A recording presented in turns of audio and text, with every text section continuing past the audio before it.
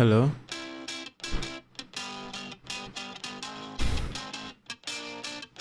Okay.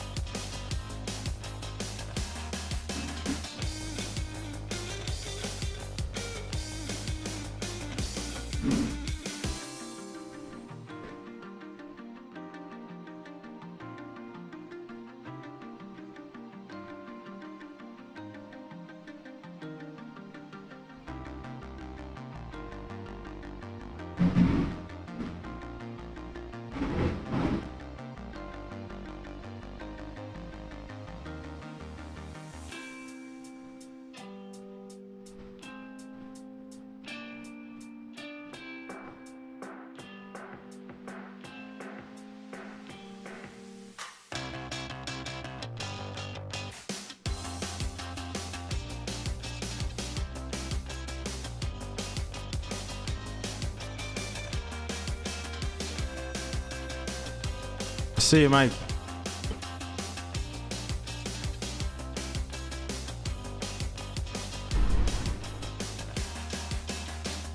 We can't be playing the songs we did yesterday. I had a lot of copyright infringements yesterday, so today I'm going to listen to instrumentals.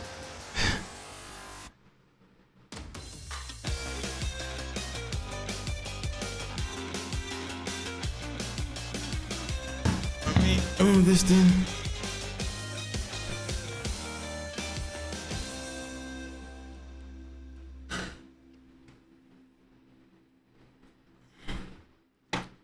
Okay, we have 6 people here.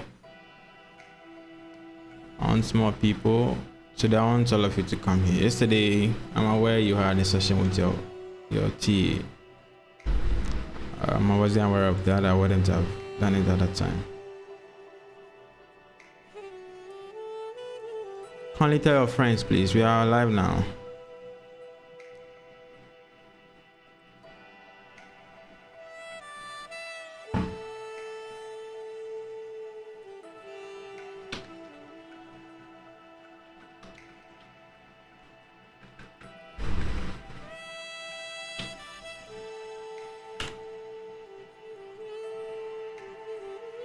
Okay, we eat now.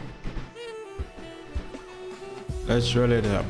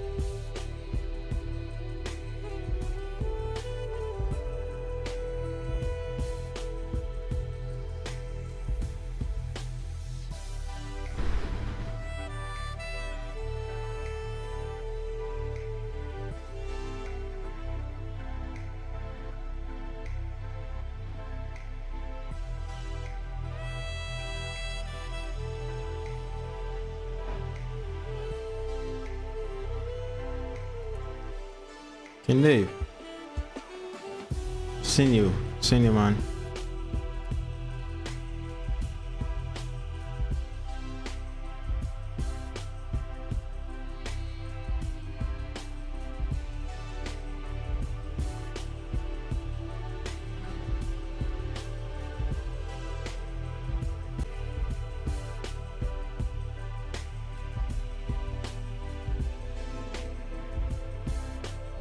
Okay, we are 12 now.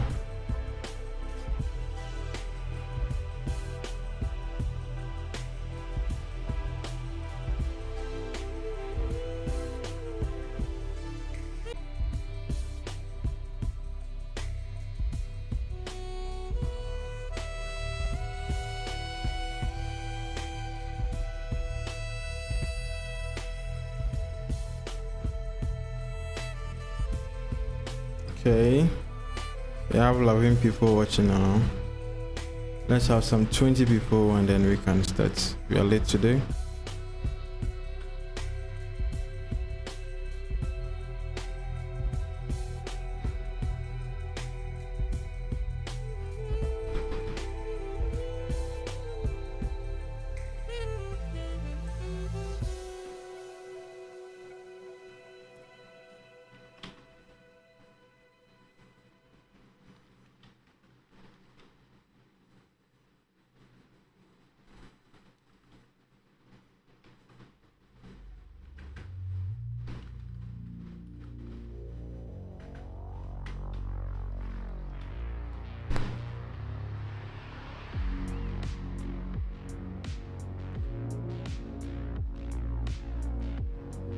Kindly tell your friends, please. Tell them you are here.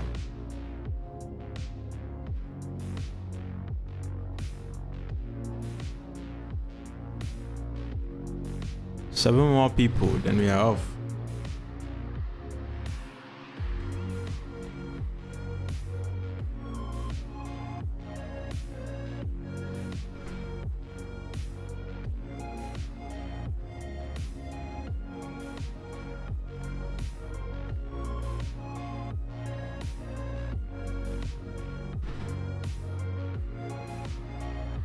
Seven more.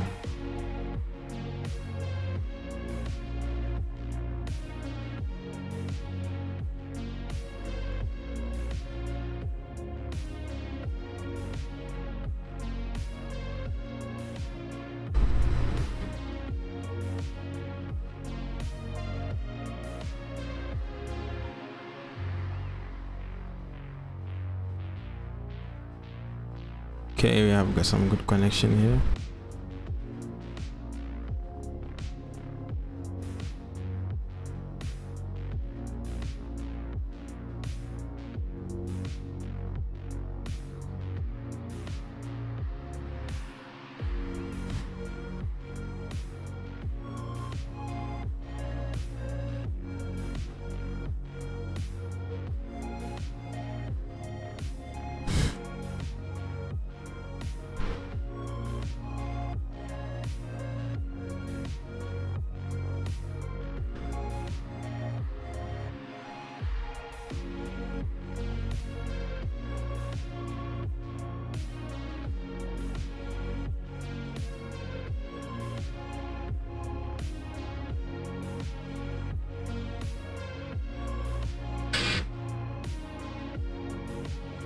If you are here, please let me see you in the chat session.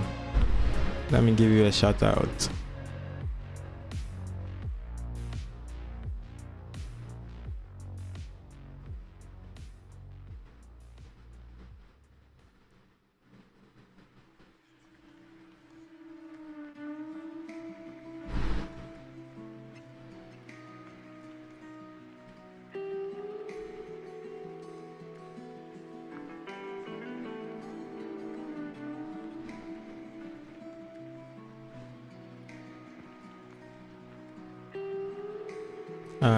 My boy yesterday, what's his name?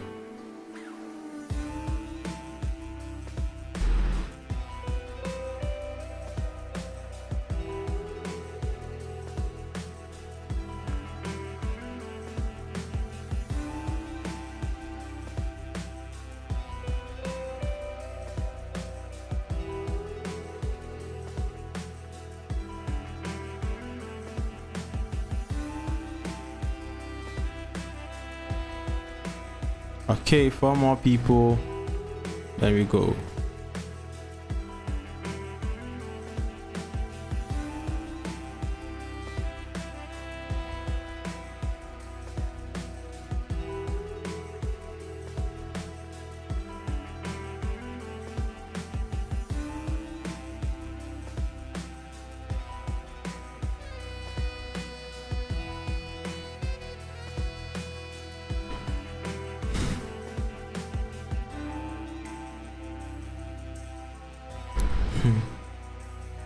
Kindly subscribe if you are here, please.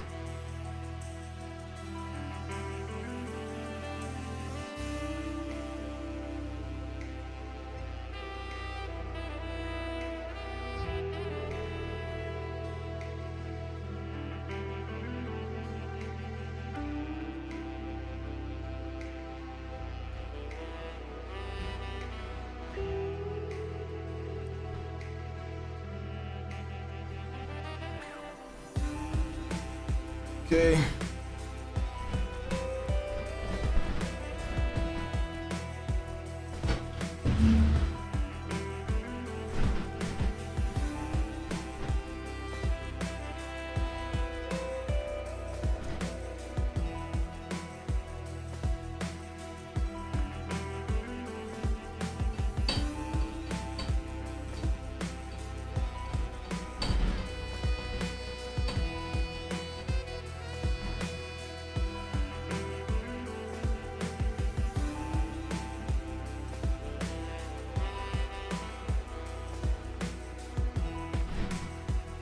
All right, I think you've waited for a while and we can begin. Okay, please, those who agree we should start, let me see in the chat session. Do you think we should agree we should start now, or we should wait for a while? And is the video clarity okay at the end? The video showing properly, the question showing properly at the end? Let me know. Should we start now, or should we wait for the rest 5? Or yeah, I think yeah. I wanted us to be 20 before we start. Should we go ahead with the 15, or we should wait?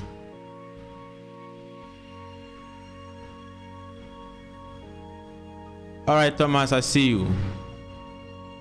I'm proud you made it here. Yeah, I'll see more of my max squad here.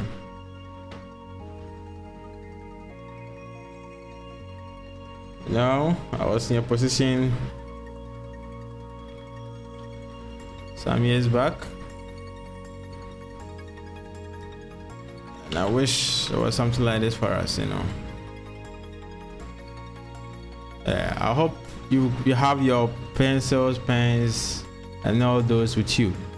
All right, we are going to work all the questions together, so you should have your calculator, your whatever. You have these assignments, so have them on your phones. I'm going to work them together.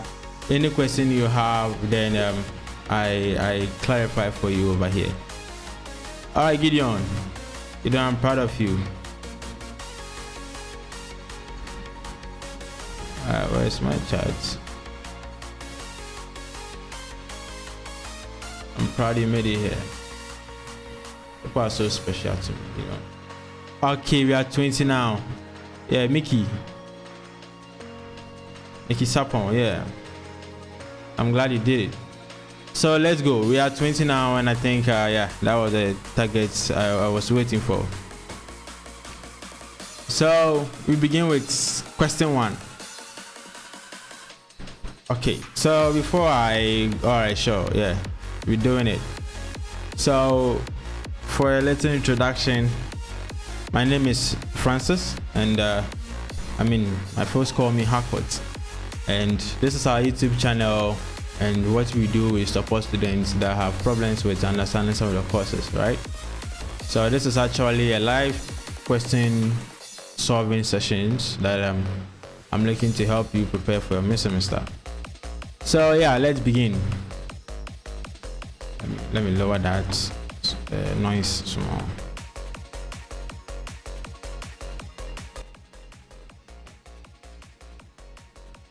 Okay. So this is a problem where All right, so before I go, this is a past question, right? This question came in the mid semester for your seniors, and yeah, a majority of them couldn't tackle it because of a little problem that comes along, which I will clarify to you. Right, so yes, this was a problem that came in the mid semester for your seniors, meaning this is a past question. So yeah, this is a problem where there are two blocks, and in this problem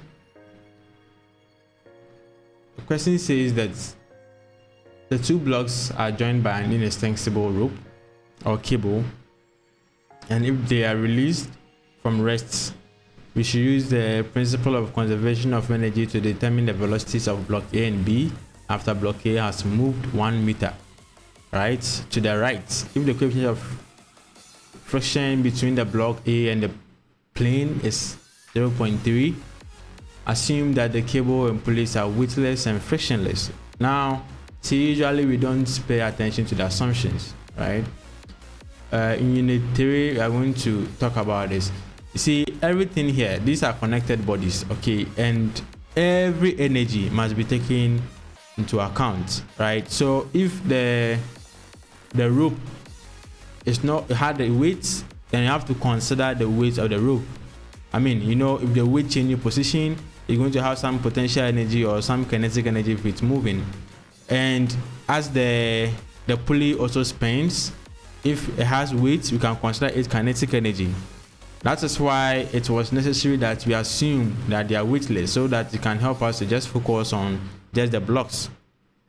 All right, so in this case we have the two blocks, and then block A moves from position 1 to position 2 by a distance 1 meter. So position 1 to position 2, the distance from here to here is 1 meter.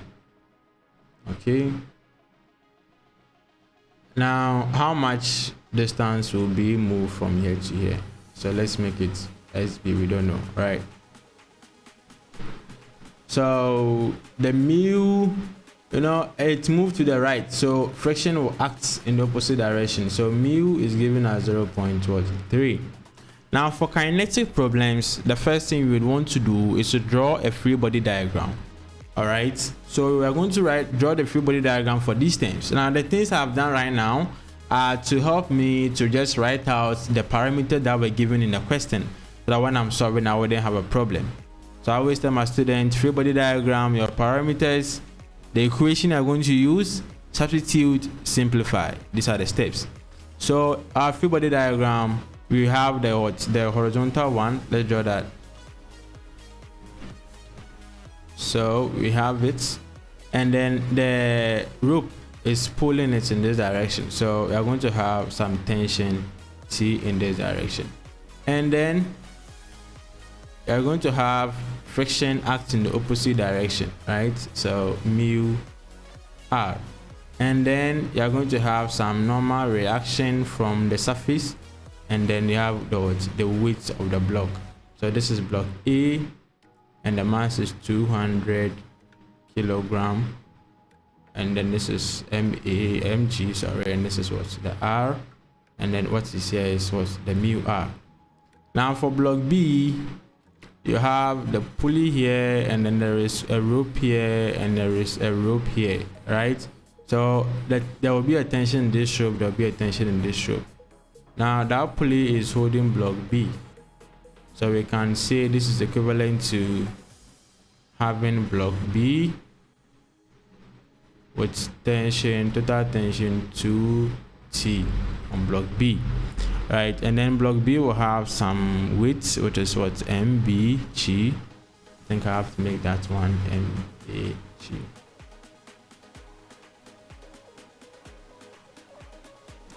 If for some reason you want me to skip, I'm aware yesterday you treated this, so if you think there are more pressing questions we should move to after the question, you let me know. All right, and the reason I'm here. Okay, so these are our free body diagrams, right? We have this and we have that. I mean, for this, any of them is cool. So now that you are done with our free body diagram and we know the parameters, The next thing is to write the equation you're going to use. But the question asks us to what? Use the conservation of energy, and that is coming from the first principle of thermodynamics, or first principle of energy, right? That energy can never be created nor destroyed, but can convert from one form to another. All right, but don't forget there was a second one which says there is some kind of disorderliness. So if you are changing from kinetic energy to potential energy, there may be parts of the energy that will be lost, that if you bring it back from kinetic to potential, it wouldn't be the same total energy. Okay, so that means you need to account for a lost energy to fulfill the conservation of energy. So this is to say that energy at position 1 should be equal to total energy at position 2. So we are going to have potential energy at position 1 plus kinetic energy at position 1 plus some spring potential energy at position 1, and this should be equal to potential energy at position 2 plus kinetic energy at position 2 plus some spring potential energy at position 2 plus E loss. Okay, so this is the conservation of energy equation. Now in our potential energy, we are going to treat them one by one. In our potential energy, we are going to consider potential energy for block A and block B. So PE1 will be equal to, so we need to talk about PE1 of A plus PE1 of B. Now for PE1 of A, the body didn't change in height. It was just on the same horizontal surface. From here to here, the height is the same. So there's not going to be any potential energy change. So this is 0. Now for PE1B, right? Now the body moved.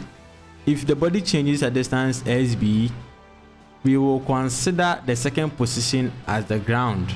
That means PE2 will be 0. I mean PEB2 will be 0, and then PEB1, which is potential energy of B at position 1, will be mgh, and this h will be the height at this point if this is the ground, which in this case is SB.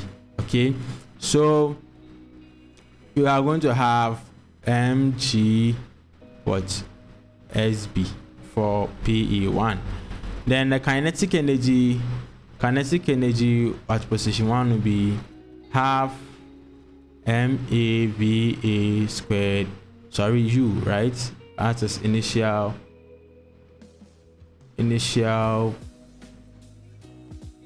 If you have any question in the course of the solving, let me know. So we have half MAUA squared plus half MBUB squared. Okay, now the question says that they were released from rest, which means the initial velocity for both of them are 0. So total kinetic energy at position 1 is equal to 0 plus 0 is equal to 0. There is no spring element in the system, so PE1, that is the formula for, or the expression to represent the spring potential energy. At 1 and 2 there is no spring, that should be equal to 0. Okay, now at position 2, the potential energy at position 2 is going to be obviously for the PE2A is going to be 0 as well, and then PEB2, I mean potential energy of block B at position 2 is also going to be 0 as well. Remember I said we are making the position 2 0, and the position 1 have the height as the distance it traveled through. So this one to be 0. And then the kinetic energy. So yes, these things I'm writing, I'm just trying to make things easier for you. If you have if you know what's already about or what's happening already, you can just go ahead and make your substitution. No need to bring these things. All right, so kinetic energy at position 2 will be half MAVA squared plus half MBVB squared. and these are velocities that we are asked to find and what we don't know, so we let them be. E loss supposed to be the friction loss, right? So the friction loss, you have the frictional force, and then we travel to a distance. So the frictional force, the mu r times the distance what we traveled, which is the SE, will give us the E loss. In this case, we are going to have mu r SE. So we're going to make our substitution. I'm going to have what mg SE. Sorry. We're going to have m P1 was m b g sb plus 0 should be equal to half. I mean, no need to bring the zeros, there are zeros already, so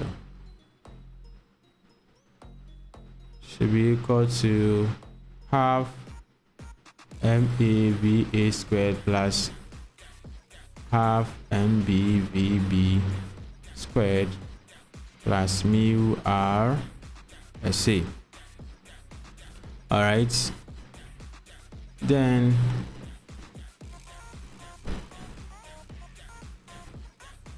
we substitute our terms, right? So we know SA, we know everything here. MB was giving us 350, MA was giving us 200. So we have 350 times 9.81 multiplying SB. Oh, before we go there, and put this here. Now let's do a little stuff here before we move on. So if you remember the pulley system, I mean, I will be posting some video that explains it. So let's say in layman's terms, you could see that if from here to here is SA, and from here to here is SB, here to here to be what? SB. So the total parts of the rope, if you are adding the part that will be changing with respect to time, you are going to have SA plus 2SB is equal to 0. It's equal to the L, right? So if you differentiate, you are going to have VA plus 2VB equals 0. Okay, so here this is saying that if velocity is moving, if velocity of B is moving 1, velocity of A will move twice and in the opposite direction. So if you bring it here to minus, all right, so VA is equal to minus 2VB. This is an equation that is very important. Likewise, we can say that, okay, so if they are all per 1 second, they are going to have what? SA over a second equals minus 2 SB over a second. So we can say SA is also equal to minus 2 what? SB. All right, so from here we can say that SB is going to be what? SB is going to be SA over minus 2. Okay, now in the question, SA was given us 1, right? So we're going to have what? SA, that will be 1 over what? Minus 2, and that will be minus 0.5. All right, now height is a scalar quantity. Okay, height is a scalar quantity, so we are not going to consider the negative. Height is a scalar quantity. We just want the height of the body before it moves from this point to this point. So SB, which will represent our H for point B, is going to be what? So the height of point B at position 1 is going to be 0.5. So you put your 0.5 here and say it's equal to half. MA was 200, VA squared, we don't know, half 350, VB we don't know, mu was 0.3, R, okay, so we need to do we need to solve for r. So you come here, you say that r minus MAG is equal to 0. So r is equal to MAG.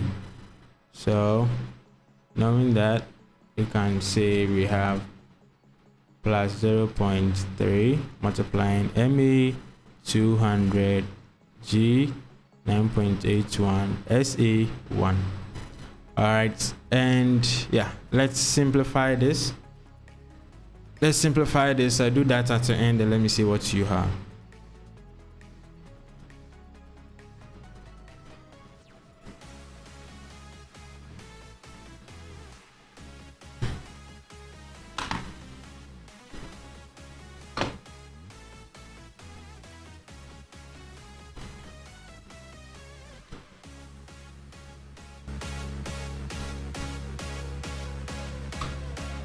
So we have 350 multiplying 9.81 0.5. This one is 171 6.75 because this one will be 100 VA squared plus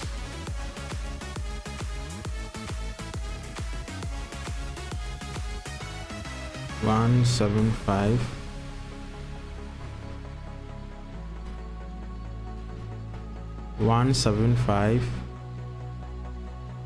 VB squared plus 0.3 multiplying 9.81 times 200 multiplying 1. 588.6.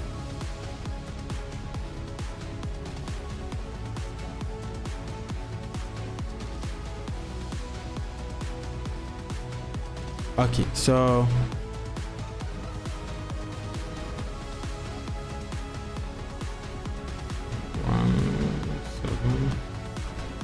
we can bring this guy here. So I'm going to have 1716.75 minus 588.6 equals 100 VA squared plus 175 VB squared.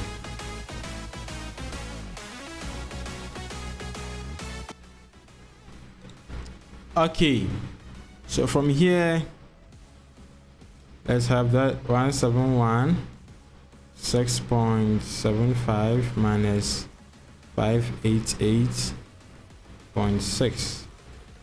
That is giving us 1128.15 equals 100 VA squared plus 175 VB squared. Folks, this is what we have. So the next thing is now we have VA equation involving VA and VB, and from here we establish that what VA is equal to minus 2 VB. So let's bring that VA equals minus 2 VB. So we can make some substitution and work with the rest. So from here we can say that 1128.15 equals 100 multiplying minus 2 VB all squared plus 175 VB all squared. Okay, so 1128.15 will be 400 VB squared plus 175 VB squared, and we have 1128.15 giving us what? 575 VB squared. Then we divide. So VB will be square root of 1128.15 all on 575, and that will be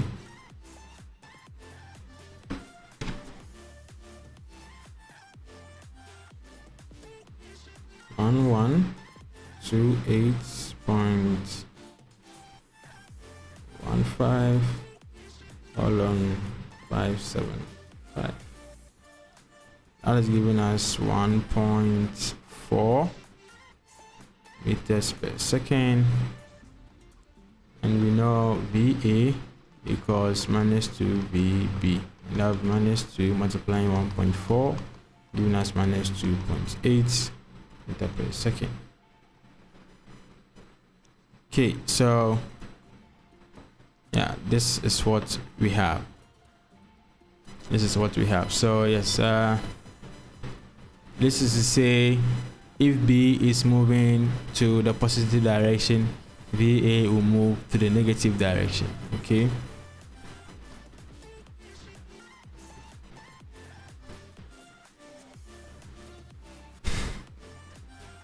all right. So yeah, that's it. That's for a first. Any question?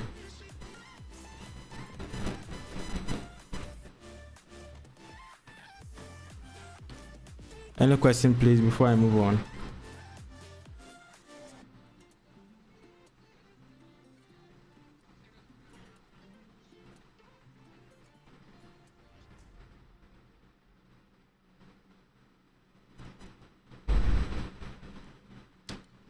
Are you guys here? I want to see. If you have any question, let me know in the chat.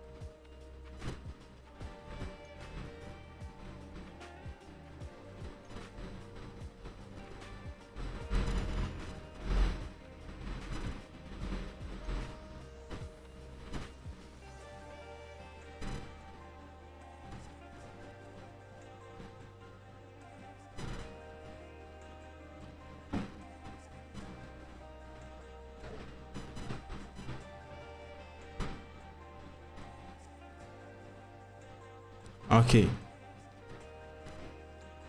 so let's move on.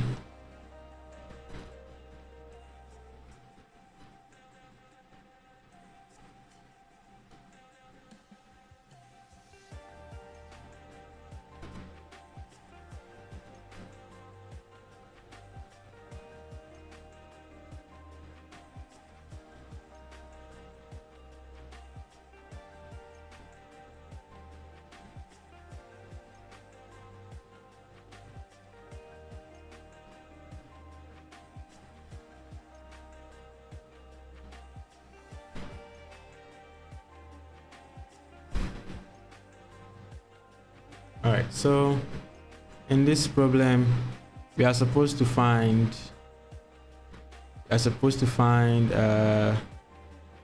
the blocks in the figure 1 and 2 above are released from rest, use the impulse momentum equation to determine the velocities of the block. So you are supposed to find the velocities of the block A and B after release from rest. The equation of friction is given. Assume the cable and pulleys are weightless and frictionless. So this time we are not going to use what they call energy. We are going to use the impulse method. And it's also important to emphasize that in your exams, Dr. Ampofo or your lecturer will suggest which of them to use. Okay. Now you see, time has been given, and one may ask, what difference does it make? Right? The longer you apply a force on the body, the higher its final velocity becomes. All right, so here, time coming in, it will be more convenient to use the impulse momentum equation. If not, you would have to use the equations of motions in conjunction with maybe the energy method to work. All right, so now let's get it. So with the impulse momentum equation, what we say is that sum of initial momentum, let's say I ui, from I equals to 1 to n, plus sum of integral of f dt should be equal to sum of final momentum from I equals to 1 to n. All right. Now, there are two blocks here. Okay, there are two blocks here, and we want the velocity for each of them. So we can put all of them in a single equation. All right, but when we do that, what's going to happen is that we are going to have a single equation having two unknowns, and now it'll be hard for us to work with. So I'm going to write momentum impulse equation for the individual blocks. Then we get some two equations to help with the two unknowns. Okay, so I mean, unfortunately, I wrote the formula before, but there's a general formula. Now let's draw. This is a kinetic question, so our first thing to do is what? The free body diagram. I think we did it up there. So we have body A, we have mu r, we have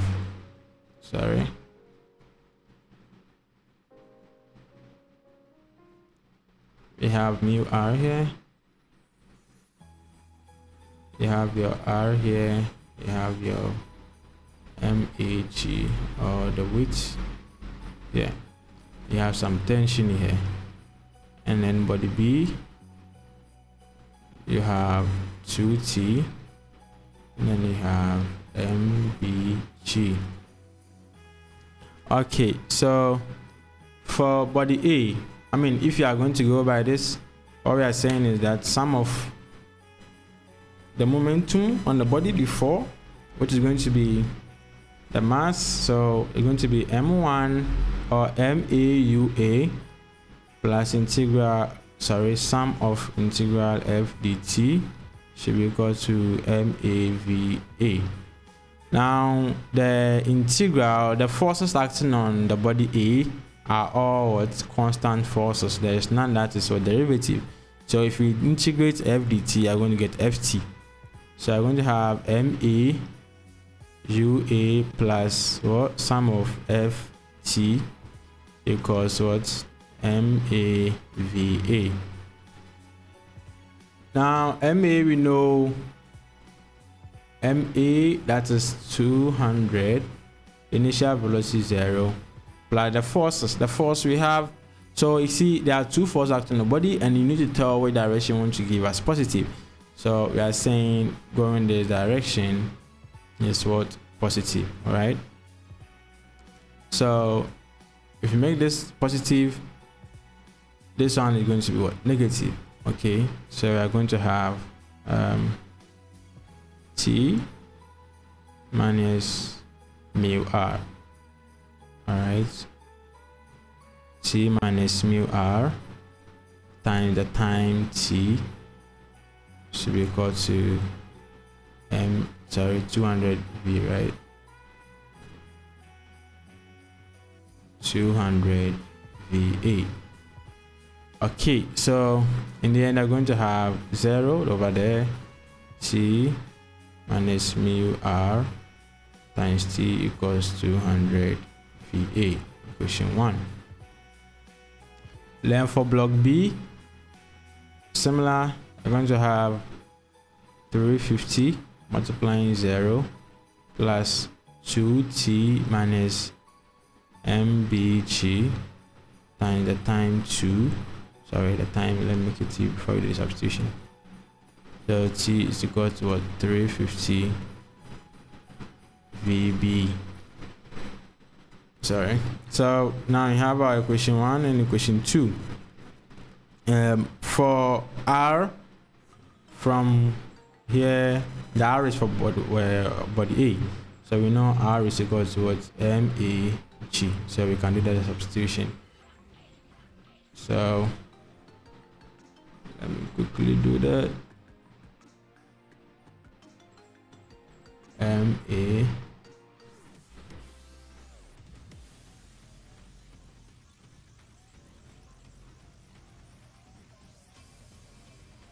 G.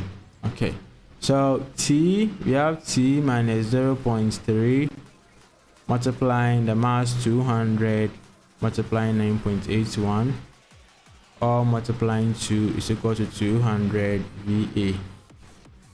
So that will give us 2T minus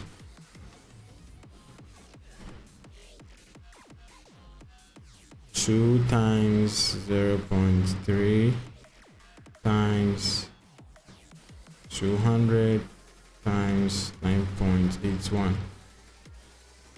That will be 1177.2 equals 200 VA. So that will give us 2T minus 200 VA equals 1177.2. Our equation 1.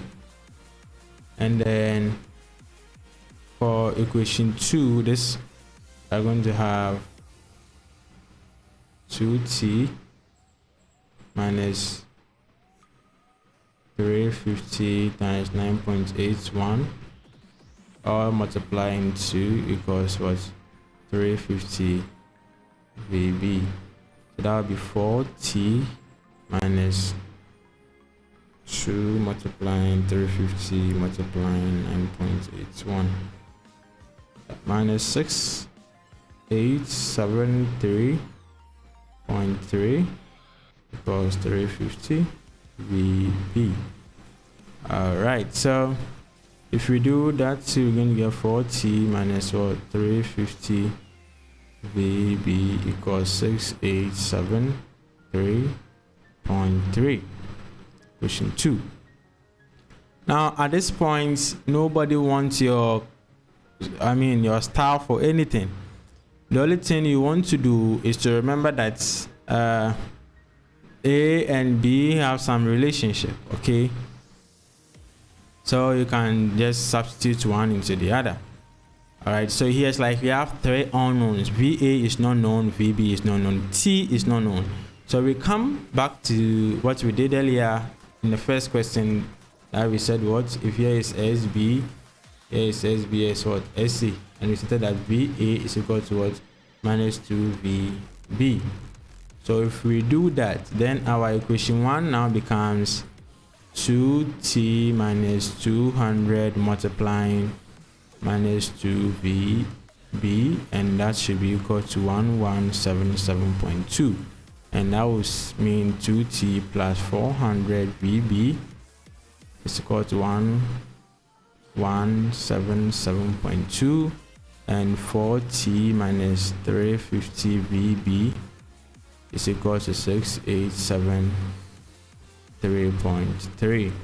So from here, you just have to use your calculator. You let T represent X and VB represent Y. Go to mode, equations, where is that?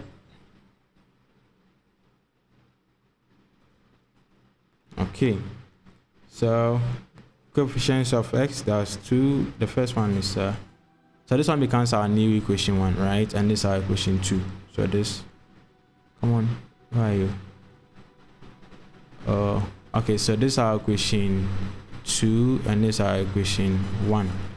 Okay, so we have 2 here, we have 400, we have 1177.2, we have 4, we have minus 350, and we have 6873.3.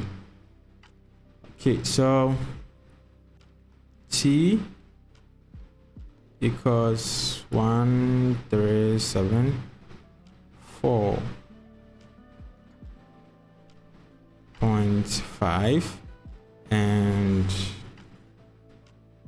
VB equals minus 3.93 meter per second.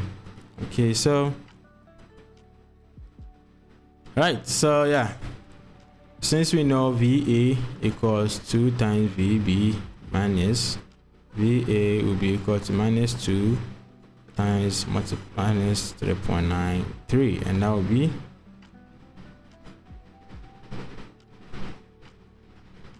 minus 2 multiplying minus 2 multiplying minus 3.93, and that is 7.86 meters per second. All right, so V becomes 7.86 meter per second, and VB is minus 3.93.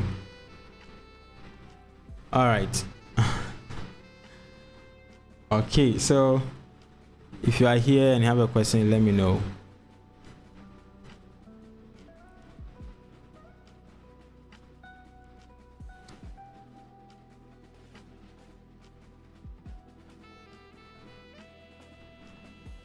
So the next question,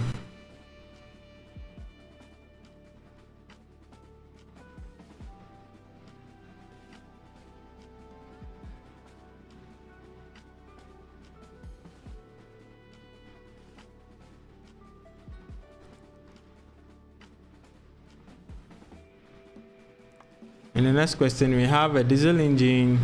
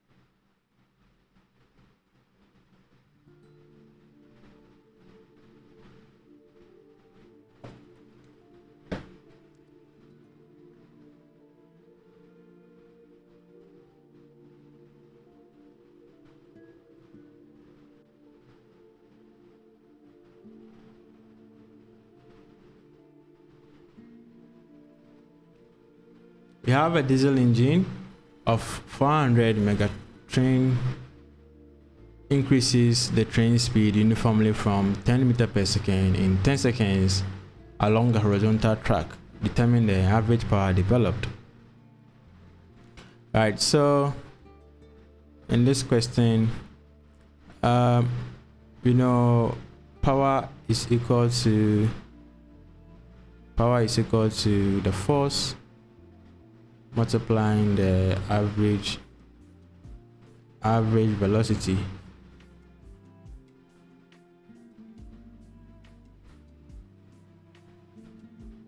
Come on. So V average is equal to initial plus final all over 2, and that is 0 plus 10 on 2 giving us 5, and F equals MA, and here to get a we can use V equals U plus AT. Final velocity, which is 10 now, equals 0 plus A times time, which is what? 100. So A becomes 0.1 meter per second square. So F becomes 0.1 times the 400 times 10 power 3. Mega is 10 power 6. You take 3, that will give you the kilo, and then the rest 3 will be here.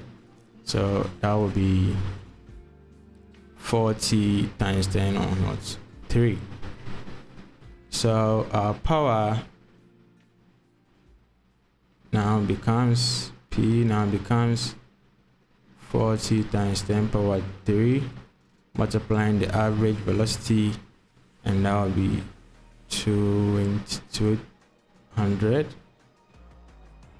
times 10 power 3 watts, which is the same as 200 kilowatts. Okay, if you are here and you have a question, let me know.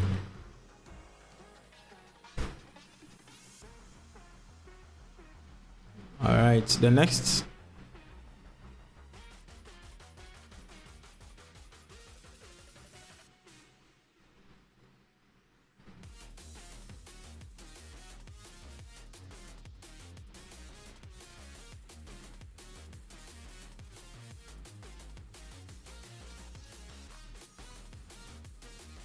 So with this, we have a 120 kilonewton truck having an engine that transmits a power of 380 kilowatts to the wheels.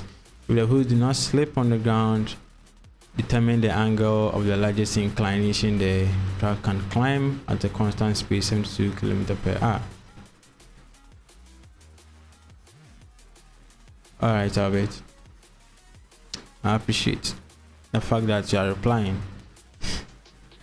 Okay, so with this problem, we have a truck, right, climbing an inclined plane, and we want the largest angle that the inclined plane should possibly have. Okay, so what I'm saying is that if the car is moving along the inclined plane, it's going to go against friction and its weight. You know, the parts of the weight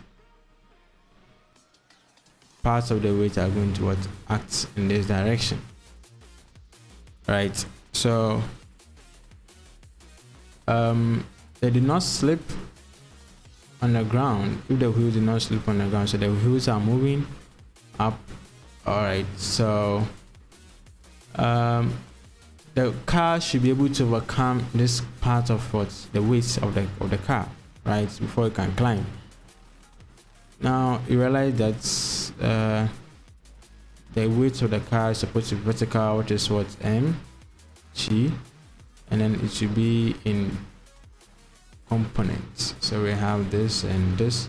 This is mg sine theta. This is what mg cos theta. The theta is the same as angle here, right?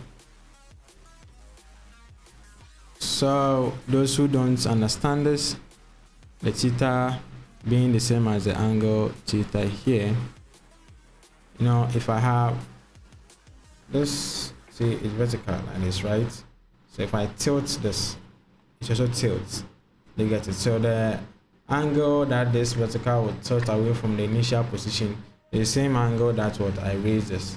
All right, it's just like having xy, right? So if you tilt the x up, the y also what changes. That's what we say. So over here, it's as if this is perpendicular to this, and as if they were on the floor, and then it was raised. So this one would tilt from the normal vertical by theta, and this one would tilt from the normal horizontal by theta. So if you have the theta here, you can put this into component.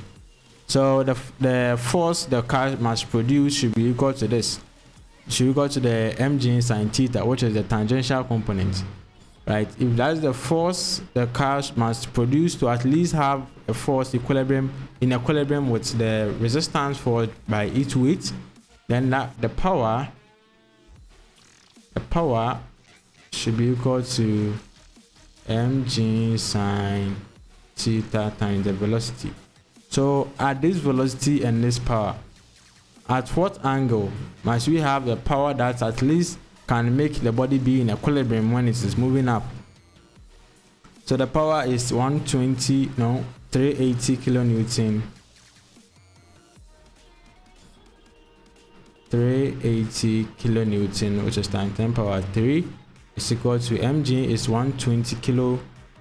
380 kilowatts, and this is 120 kilonewton multiplying sine theta multiplying velocity. Velocity is 72 km per hour. Be careful, in exams most of the questions come with this, so you multiply by 1000 on 3600, and that is 72 times 5 on 18, 20. So that is 20, so you put 20 here. So your sine theta will be equal to kilo can cancel. You have 380 on 2400. So theta will be sine inverse of 380 on 2400, and that will be shift sine 380 .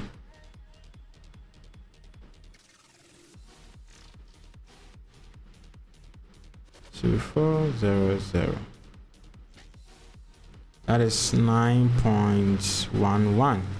All right, so 9.11 degrees is the maximum inclination the road can ever be. So if after getting this, the best way to do what to do next is to reduce the angle, so that with the same amount of force produced, we can be able to climb safely. Because in that situation, the engines and will be less, and in this situation, if you put this here, the force is still going to be at the same, right?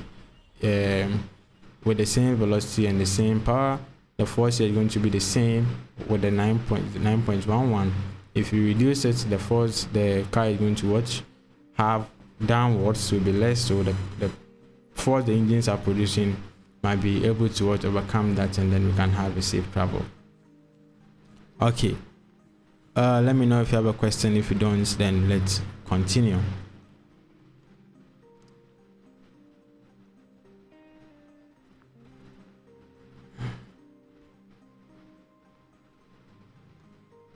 All right, question 5.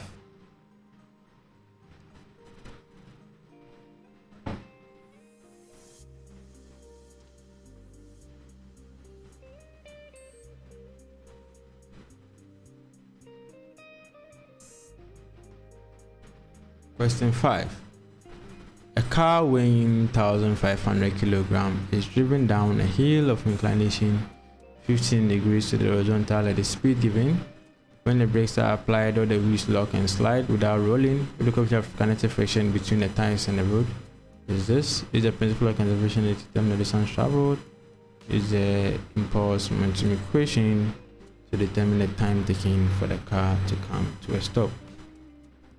Okay, so easy. We have the inclination, and maybe we have our car. Sun for sale. Okay, now we have some angle here, theta. Let's say the center of mass is somewhere here. So we travel from this point. Let's say we ended here. So this is where we end. Now,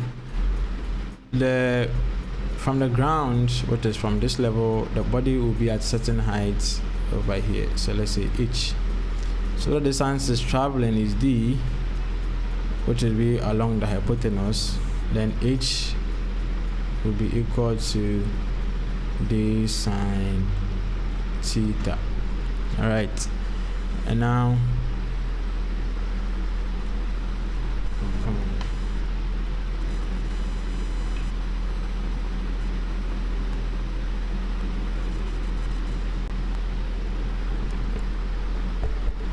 all right, hope you can hear me. I have some noise coming in. So yeah, d sine theta will be equal to h.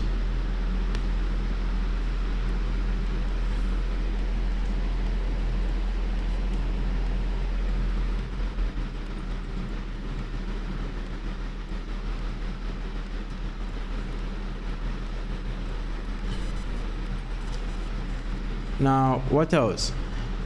We know the height the body was moving. The angle of inclination theta is 15. We talk about all those. So this is the diagram. The mass is 50. So here's another thing. You are going to have weight acting this direction, and then to be in components this way, and we're going to have normal reaction here as well. Okay, so in the case where it slides without rolling, so this is the thing. The body was moving with this velocity, and let's say when it got to this point, it applied the brakes and it started slipping, right? It wasn't rolling, it was slipping. So friction was acting on the body. Okay, so it slipped from this point to this point. Like we discussed earlier, there's going to be frictional energy loss. So the initial velocity is this. We've talked about the height, the angle of inclination we know, then mu we know. So the energy conservation of energy equation, we have PE1 plus KE1 plus some spring potential energy to be equal to PE2 plus what? KE2 plus some spring potential energy at point 2 plus sorry, I said mg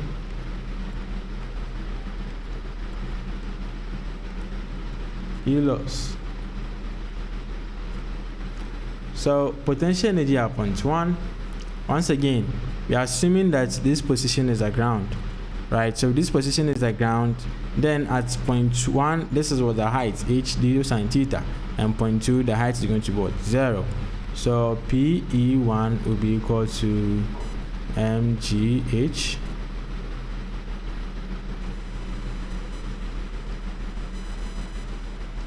and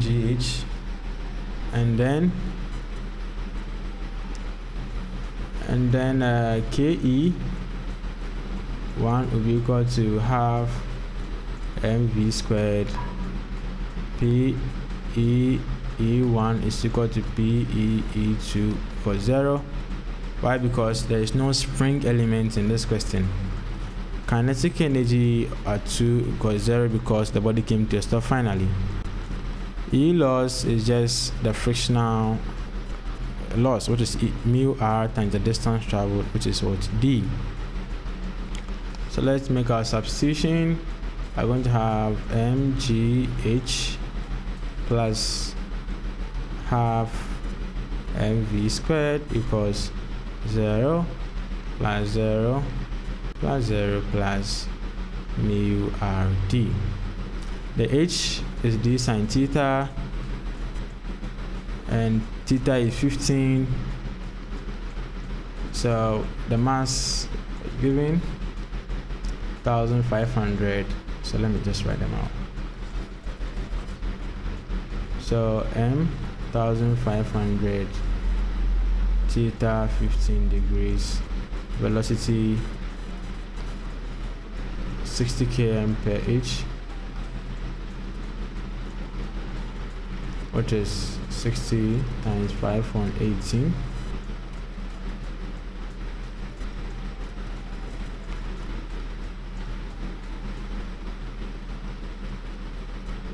Times 5 on 18, and yeah, we know velocity. Let me make this place u. So u equals this. Okay, so we're going to have 1500 multiplying 9.81.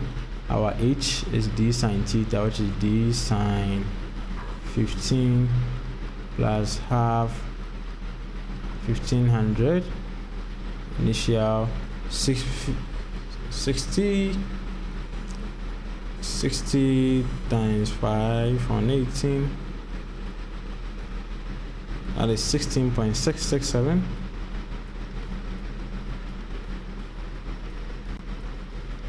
So we have 16.667 here squared equals, so our r here, so we have here to be mg cos theta, mg sine theta. So our r minus mg cos theta equals 0. So r equals what? Mg cos theta. So all will be equal to, the mu was given to be 0.4. So we have 0.4 multiplying mg cos theta, which is r m 1500 multiplying 9.81 multiplying d. Okay, so clearly the only unknown we have here is d. So all we have to do is to what? Put the d's on one side and just simplify this and find d. Alright, so the first one we have 1500 multiplying 9.81 multiplying sine 15. So we have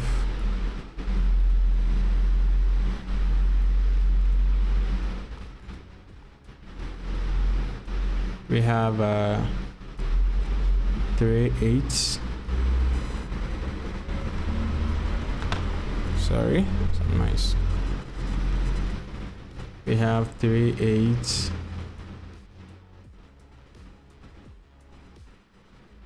08.522 D, and then plus, so we're going to have 0.5 multiplying 1500 multiplying 16.667 squared. Okay, so we have 208,341.667 equals 0.4 multiplying 1500 multiplying 9.81. So we have 5886D. So we can say 208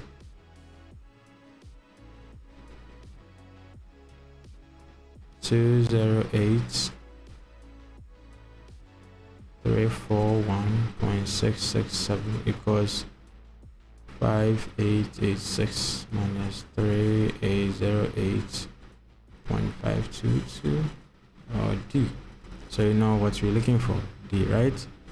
So that will be the function is 20834.1.667 all on 5886 minus 3808.522.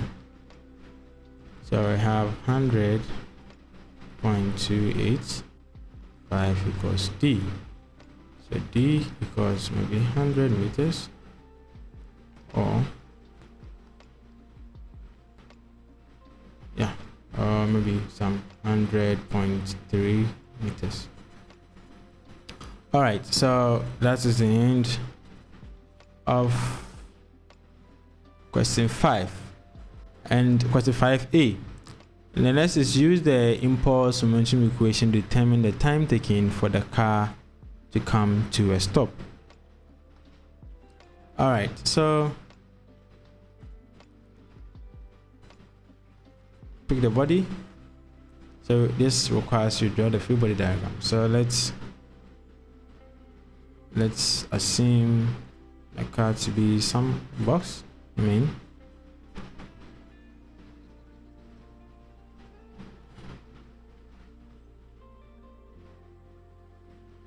Oh, come on. So along the plane we have mu r acting on the car,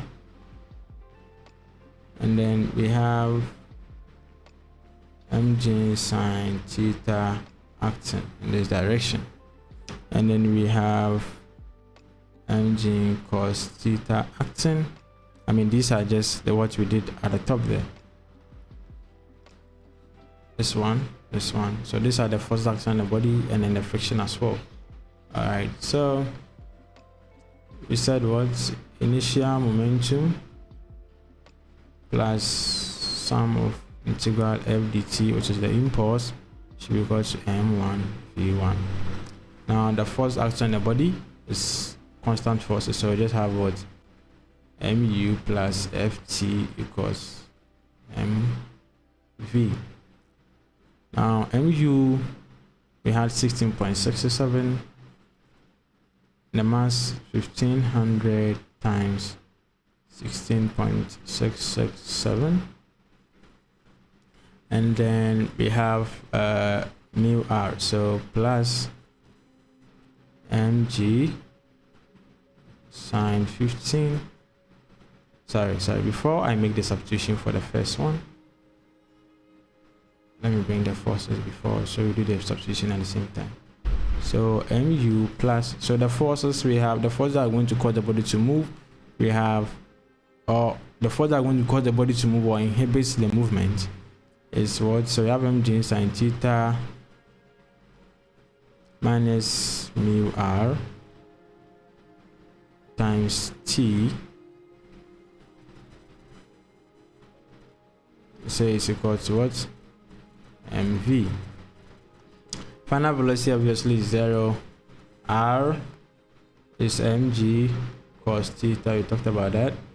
So we have mu plus mg sine theta minus mu mg cos theta times time equals what? mv.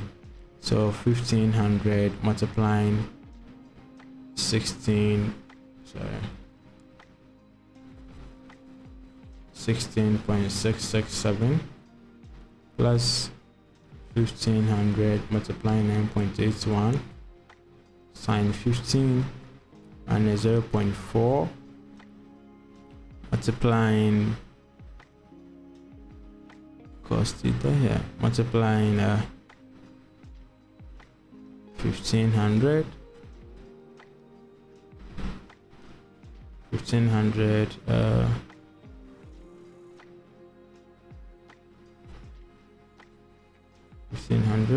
then g 9.81 cos the angle theta, sorry 15,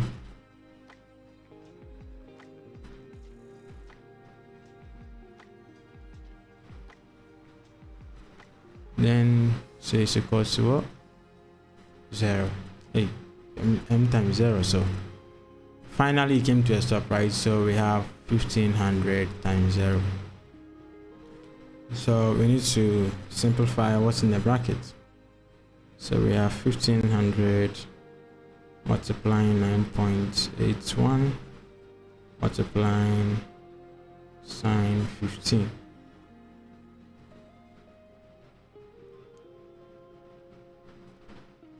Minus 0.4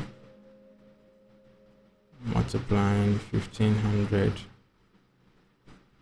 multiplying 9.81 multiplying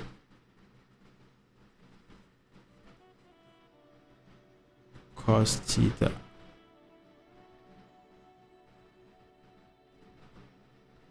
cos 15. All right, so this is going to be minus 1876.91 times t. This 1500 multiplying 16.667. We have 2500.5. So that'll be minus this equals 0. So 2500.5 equals 1876.91 t. Then your t becomes 2500.5 all on 1876.91, and that will be 2500.5 all on 1876.91. That'll be 1.332 seconds. 1.332 seconds. And that's it. That's for question 5. Those here, please, are you following?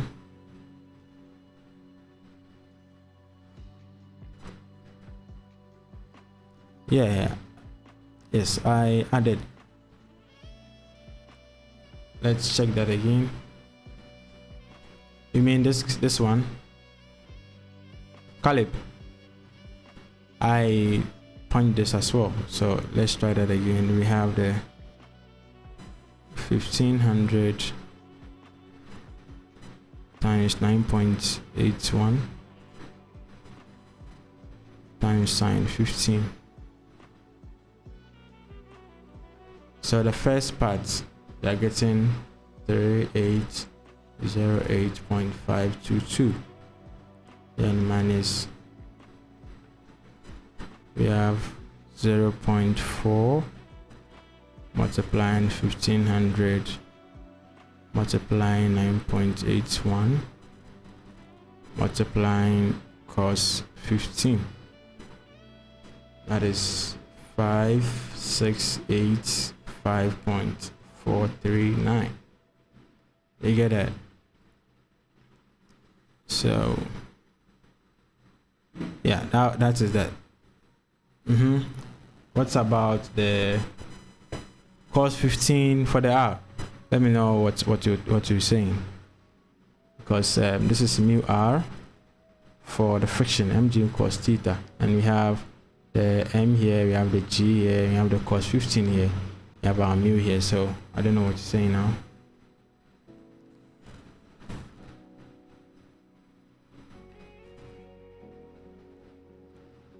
Caleb, are you okay if you can move on, Caleb boy?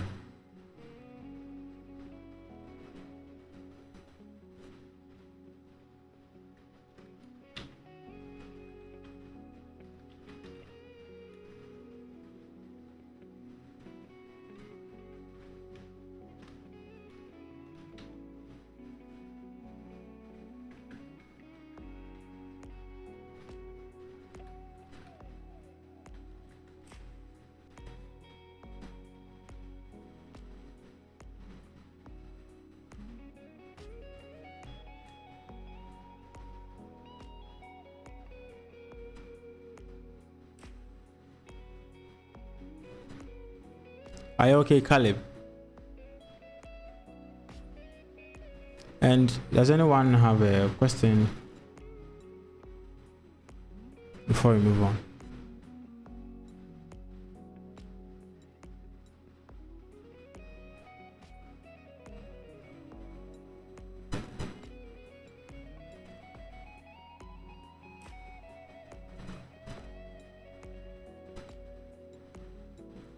All right, let's continue.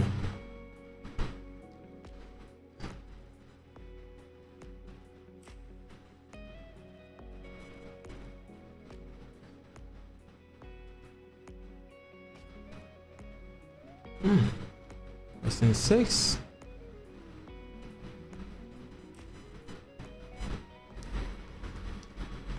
Okay, so a man of mass 70 kg jumps off a boat of mass 210 kg, which is originally at rest.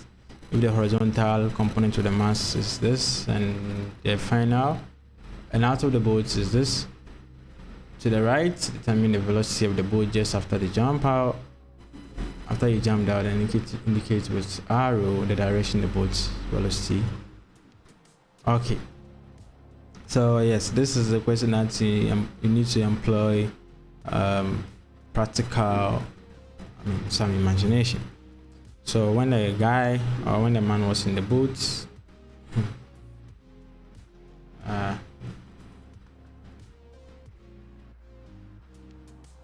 when the man is in the boat, they were moving with the same velocity u, right? Now at position 2, the man jumped out of the boat, right? And then the velocity was what, 10 meters per second in this direction. So we need to find where this is going to be. Okay, so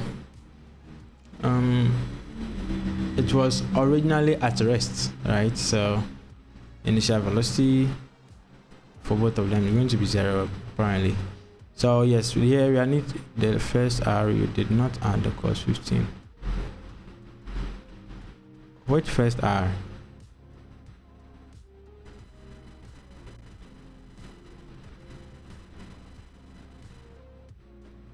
Was it the one I used to get a D you're talking about?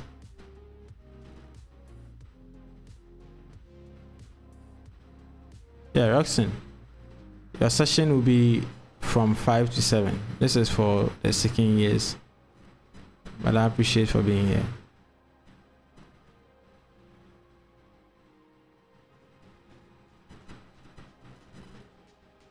Yeah, Caleb, let's settle that before I move on. So you mean if I simplify this, I wouldn't have this? Is that what you're saying? And I need your replies on time because I already know what's happening. No, not that part, the conservation of energy part. Oh, okay, here.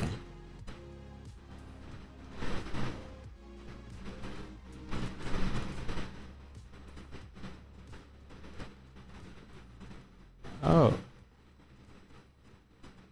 wait, this R.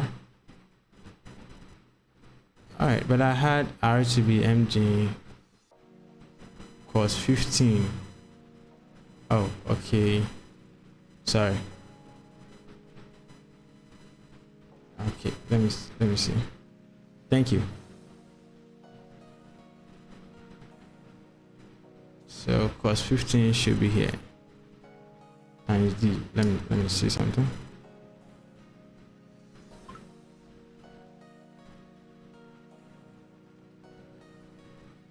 So in this case, I'm going to have 0.4 multiplying 1500 multiplying 9.81 multiplying cos 15. Oh, no, 0.4. All right, so that will be 5.6.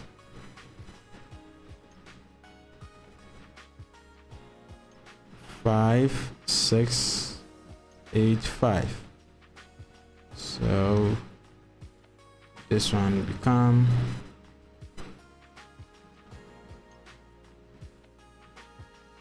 thank you, Caleb. 5, 6, 8, 5, and then we are going to have, so D will be a different value. So we're going to have 2820 8341.667 all on 5685 minus 3808.522. Oh, okay, so we're going to have 111.02. Okay, so our D supposed to be this 111 meters. All right, thank you so much, Caleb.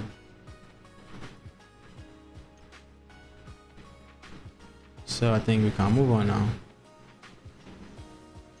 Okay, so back to problem 6. Now in this problem, yes, I think I've said quite a bit about it. The man's masses, so the mass of the man equals 70 and the mass of the boat equals what, 210.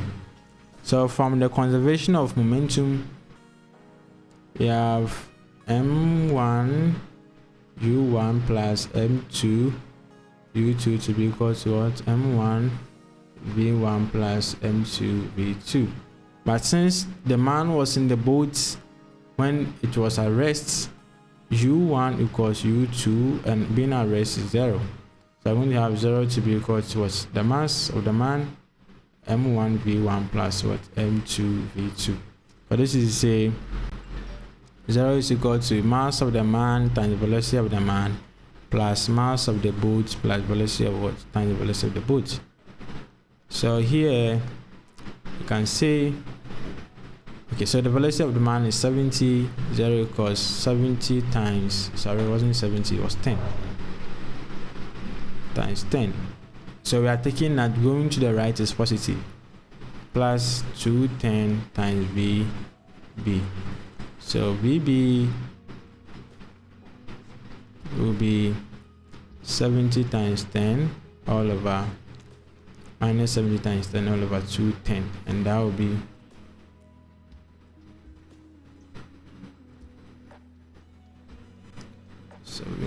700 on 210. I'll be 3 negative 3.33 meters per second. Okay, now since going to the right was positive, then going to the left is what, negative. So we are going to have the velocity of the boat to be equal to 3.33 and the arrow goes to the left. All right, so that is the end of problem 6. Any question before I continue? Okay, Caleb, I appreciate. All right, so let me see. So the next problem, yeah, my favorite.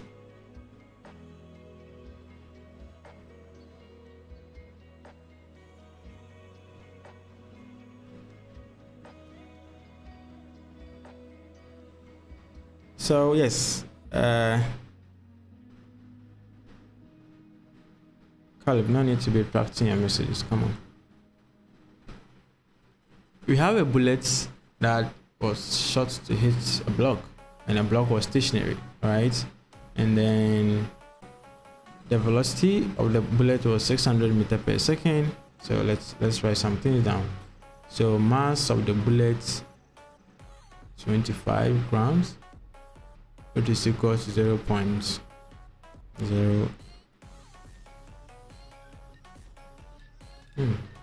0.025 kilogram. And then the block, mass of the block equals 50 kilogram. Initial velocity of the bullet 600 meters per second, and coefficient of friction on the surface here 0.25. Okay, so maybe you may want to draw some free body diagram, which we have this. So if the block moves this way, friction is going to act in the opposite. You have mu r here, r acts vertically upwards and some mg downwards. Okay, so the question is to find the velocity of the block immediately after the impact. All right, so here I'm going to use momentum or conservation of linear momentum equation, which says that m1 u1 plus m2 u2 should be equal to m1 u v1 plus what m2 v2. So in this case, it's not just one, but rather what mass of the bullet times the initial velocity of the bullet plus mass of the block times initial velocity of the block should be equal to mass of the bullet. Sorry, bullet is small b. Final velocity of the bullet plus mass of the block times what initial velocity, final velocity of the block. All right, so when immediately after the impact, the bullets gets embedded. I think they give embeds in it. So this over here, right? The bullets get stuck in the block. So the block moving, the v of the block is the same as the v of the what of the bullet. Okay, so this means VB is equal to what VB. So mass of the bullets 0. Okay, so let's do this. The mass of the bullets we know. I think we know everything here. So for the first example, they said they have to find the velocity of the block, which is the same for the bullets and then the block as well. So we have the mass of the bullet 0.025 multiplying 600 plus the 25 multiplying 0 to be equal to 0.025 plus 25 all times v. Now they are the same, so I'm just using v to represent them and factorize. So v will be equal to 600 times 0.025 all over 0.025 plus 25, and that will be 0.025 divided by times 600 all on 0.025 times plus 25. and that will be 0.5994 meter per second. All right, so we know the final velocity to be that. Now the mechanical energy loss during the impact, I mean, they gave you a hint: kinetic energy before minus kinetic energy after. All right, so E loss equals KE before minus KE after, and this is for every impulse question. For, I mean, collision or momentum questions, right? If they ask you to find the E loss, it's just the kinetic change that they're asking you to find. It's not just for this question. So we are going to have half MA UA squared plus half MB, sorry, M small b and big B U big B squared minus half M small b V small b squared plus half M big B V big B squared. So E loss will be initial velocity, so half mass of bullet 0.025, then the velocity 600 squared plus half 25 0 squared minus half, so brackets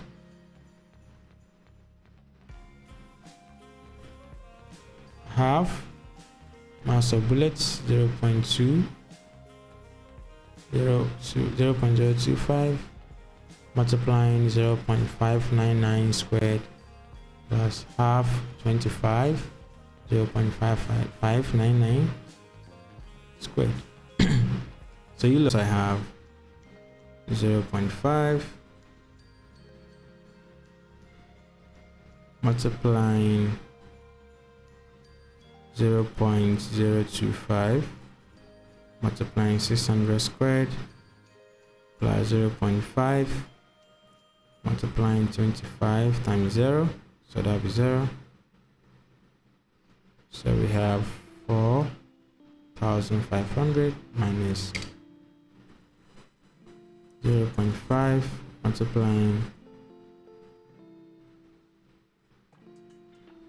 0.025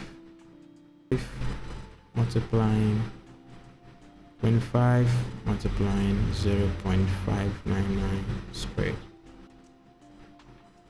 and we have 4.4895. So kinetic energy change, E loss 4500 minus 4.4895. So we have 4495.51 joules, the same as 4.5 kilojoules. So that is that for the B. And then the total distance moved by the block. All right, so E loss, if you write the equation, E loss is going to be the kinetic loss, right? The frictional loss. So the E loss here is going to be mu RD. All right, now D is what you are looking for. E loss is this mu. So maybe let's, okay, the free body diagram. Mu R is given, R equals what? Mg, and that's the mass of the block. So right, so you're going to have 449, let me make this better, 449.5.51 equals 0.25 multiplying 25 times 9.81 times D.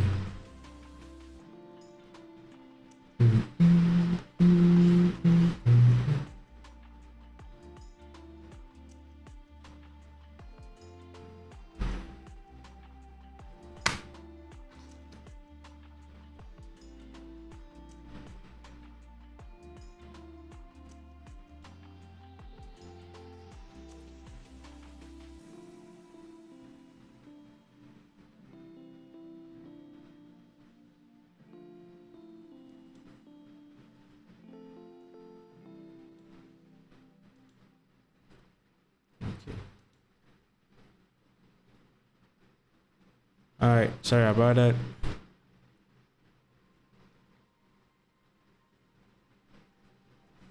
All right, so back to it. I think the next week. So E loss is equal to mu RD, and then the E loss is what we have. The coefficient of friction was given in the question 0.25. The R is the normal reaction, which is mg mass of the block times this and times d. You may be wondering why we are having this. It was the block that was what on the surface, right? So it's just the block that we're looking at. Oh no. So the total mass at this point is going to be the mass of the block plus the mass of the bullet, right?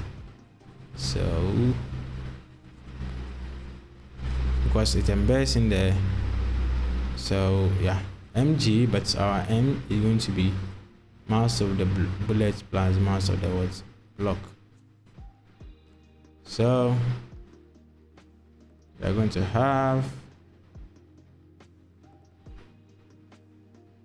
0.25 multiplying 25 plus 0.025 multiplying g, which is 9.81, all times d. Okay, so your d now becomes, so we have 0.25 multiplying 25 plus 0.025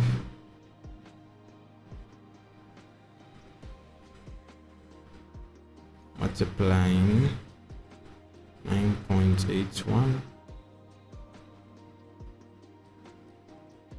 All right, so we have 4495.51 all over 61.373, and that gives us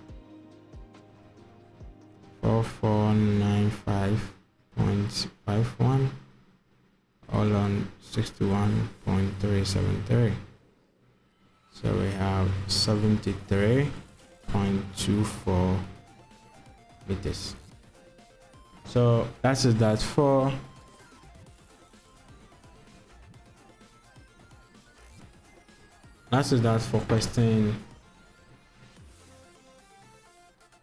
question 7C. All right, any question before I move on? So here we were supposed to find the velocity, use the impulse equation, and then since the body will embed in a block, they're going to move the same velocity, and we have this to find the final velocity. E loss, kinetic energy before, kinetic energy after, that gave us this. And we know E loss is just a frictional loss, and the frictional loss is what the mu r. Now during the impact we had the bullets inside the block, so the total mass moving on the surface is going to be mass of the bullet plus mass of the block. Then we use that to find the normal reaction, which is the mass times the gravity.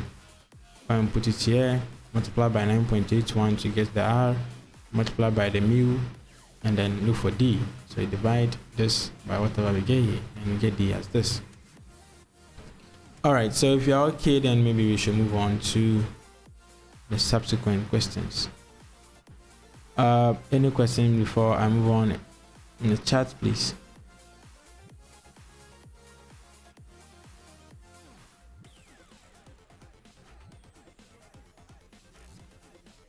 Okay, so maybe after this question, which ones? I want to solve two more before. Okay, I want to solve two more. I would meet the third years, so I can't solve all of them. Let me see your choice in the comment section. For this, it's the same as what we did, just that we have a spring in there. So for the energy conservation of energy question we solved, you can use this to solve. If you want the height, you just have the d here. So I will not solve this again. This two, we have height moving from here to here, so there's changing height, and you have a spring element. At this point, there is no extension. You use Pythagoras theorem to find this height, I mean this length, subtract this from this, you know the extension at position 2. So you know your spring at position 2, position 1 is 0, you have only potential energy, and the body moving with some velocity give you the kinetic energy. So this one too is pretty easy. So let me maybe work with 8, 9 and 10. 8, 9 and 10. So let's go.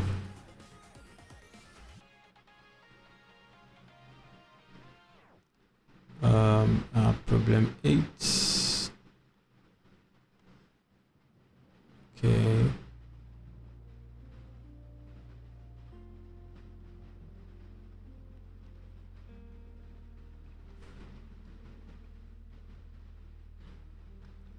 All right, so in this we have a crate having a mass of 60 kilogram falling horizontally off the track, right? Falls horizontally off the track, off the back of the track, which is traveling with this speed. Determine the coefficient of kinetic friction between the road and the crate, with the crate slides at distance d on the ground without tumbling along the road before coming to rest. Which principle of conservation of what energy? I mean, this is also easy. It said it fell horizontally, right? So I mean, we can talk about the height.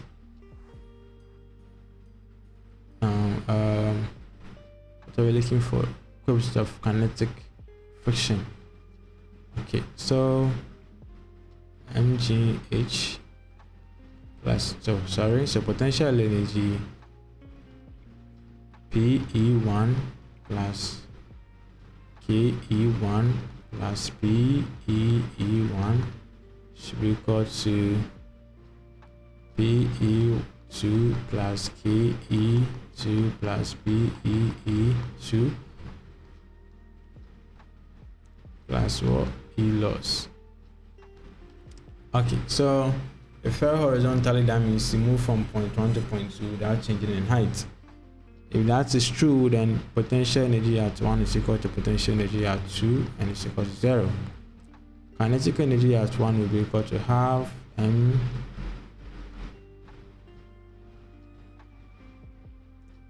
u squared, and there is no spring element here, so PEE 1 equals PEE 2 equals 0. It came to a stop, so kinetic energy at point 2 will be equal to half. Okay, so we'll talk about that later. So half mv squared, and yeah, everything is settled. E loss, once again, E loss is what? Mu r d. So let's roll. So potential energy 1 0 plus half the mass 60, initial velocity 80, so we have 80 times 1000 on 3600, it will give you 5 on 18. This is a well-known fraction, plus the spring energy 0, potential energy at point 2 0, kinetic energy came to a stop 0, came to a rest. Yeah, so E loss, which is what? Mu rd. Mu is what we are looking for, r we don't know yet, d we know to be 45. Okay, so the only thing we don't know is mu and r. Now if we have the free body diagram, r here, let's put this here. So the body was moving with this 80 km per hour. You have your weight mg, this is r, so r is equal to what? Mg, and the mass is 60 kilograms. So we're going to have this on this will be 30, right? Multiplying 80 times 5 on 18 all squared equals mu times 60 times 9.81 times the distance, which is 45. So if I want mu, I simplify this, divide by that. So yeah, have 30 multiplying 80 times 5 on 18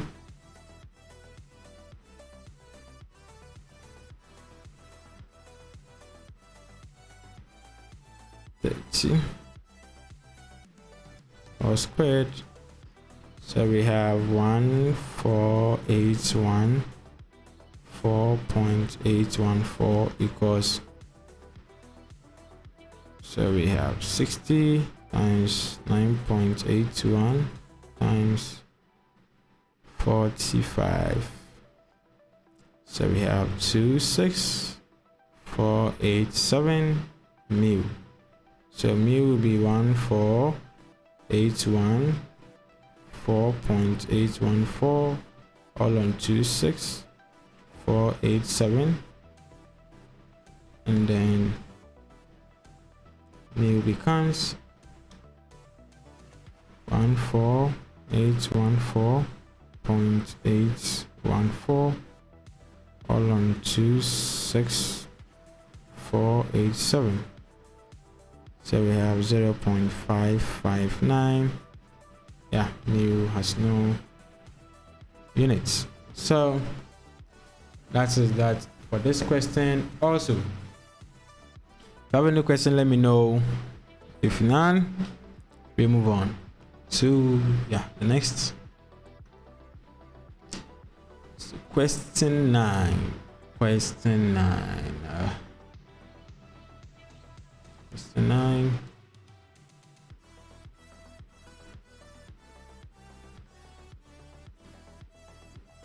Okay, we need to go and bring figure 9.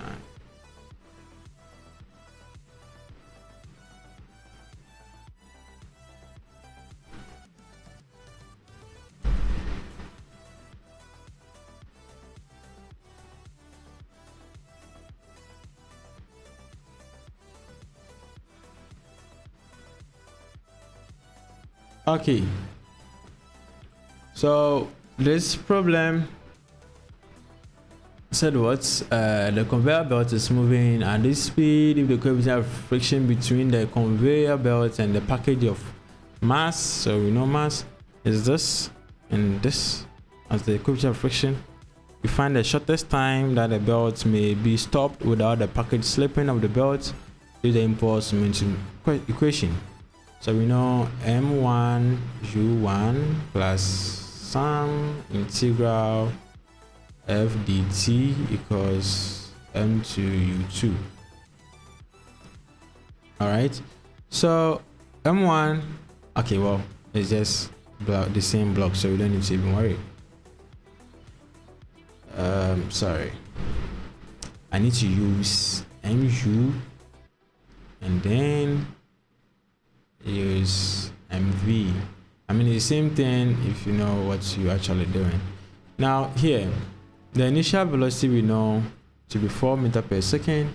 That's the velocity that this is moving with. So what's happening is that, you see, the block, if this one is moving with the velocity, the tangential velocity, this, the package will also move at the same velocity.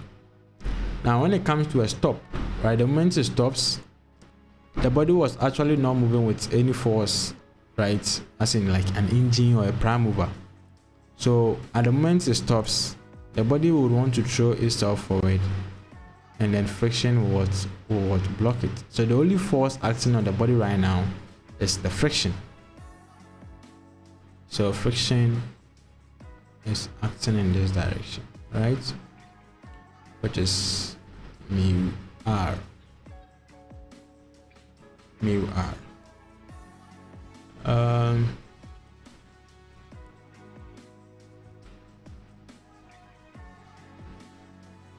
It's moving with this speed. The coefficient of friction between the conveyor belts and the packages is this.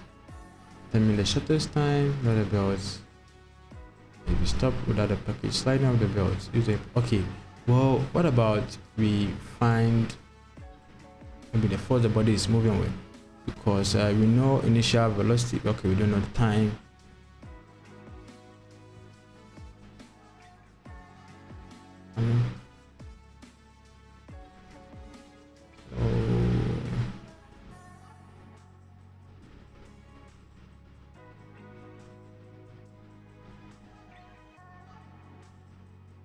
All right, so let's go. So MA mass, we have 10 kilogram initial velocity.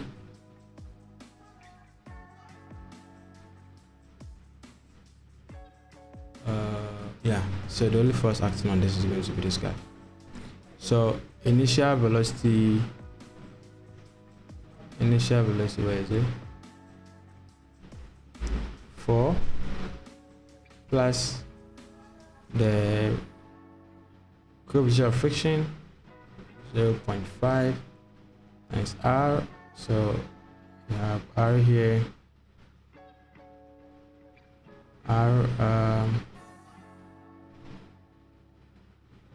mg. So we have 10 times 9.81, and we're going to act in the opposite direction, negative times time, and that should be equal to m, which is 10 kilogram, and then it came to a stop, so 0. Okay, so we have that. So what we're going to have is what 40 minus 0.5 multiplying 10 times 9.81.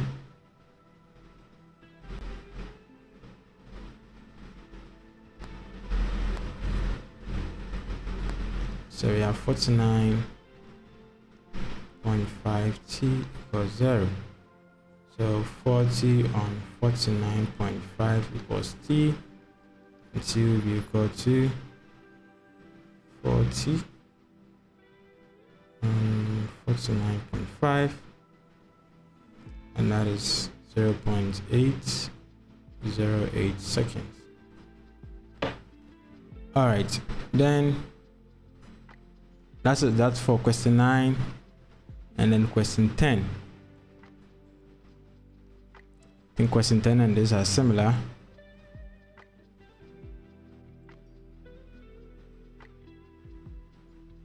Question 10, we have this and that.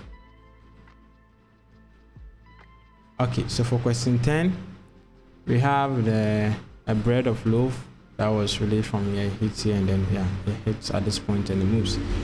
So we are looking for initial velocity. The loaf slides freely on the horizontal surface at point B until it hit the stopper at this, and then at this velocity 2.3, coefficient of friction is what 0.35.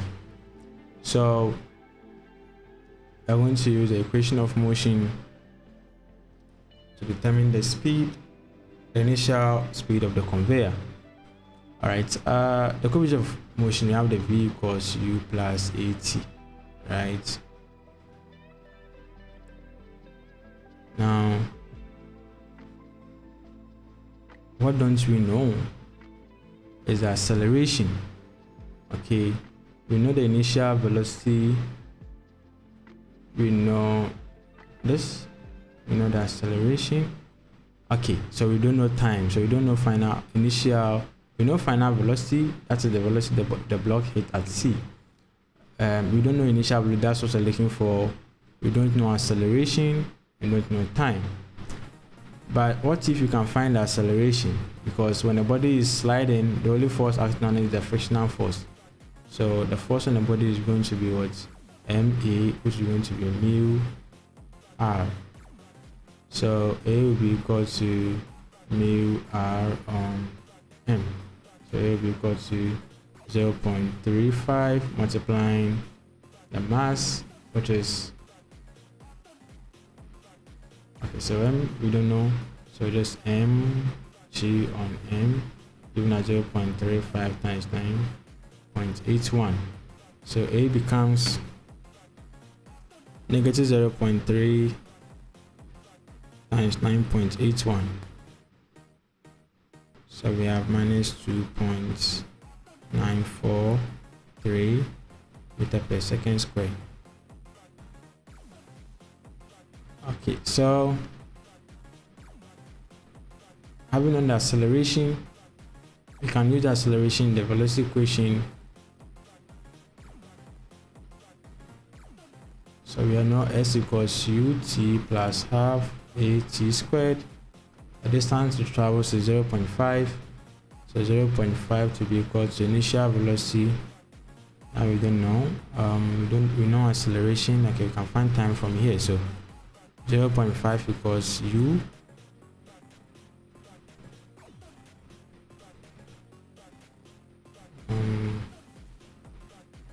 ut plus half at squared. No a, we don't know the time. What do we do?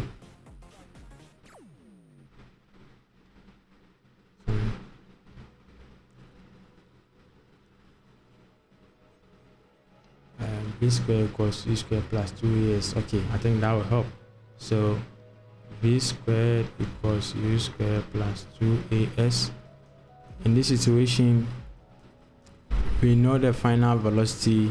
By looking for initial velocity, we know that this displacement, we know the acceleration. So v, which is 2.3, we are looking for u we don't know. A equals minus 2.943 and s equals 0.5, and yeah, so that's that. So 2.3 all squared will be equal to u squared plus 2 minus 2.943 times 0.5. So u will be equal to square root of 2.3 squared plus 2 times 2.943 times 0.5, and u will be square root of 2.3 squared plus 2 bracket 2.943 multiplying 0.5. So we have u to be 2.869 meter per second.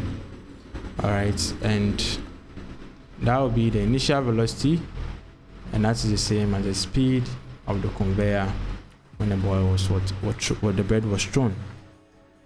Okay, so this is the end of question 10, and the rest I've explained earlier that they are similar to the questions I've solved already, so you can all go and then try that yourself. Okay, so in the description I have the Telegram link there. You can tap on it and join our Telegram channel. If you have a question and anything at all, you can ask over there and I'll respond to you. All right, so this is the end of this session. If you joined and it helped you, you can leave a comment or you can say anything you have in the chat session. If there is any question, maybe we say goodbye to each other, and I wish you the best for the semester.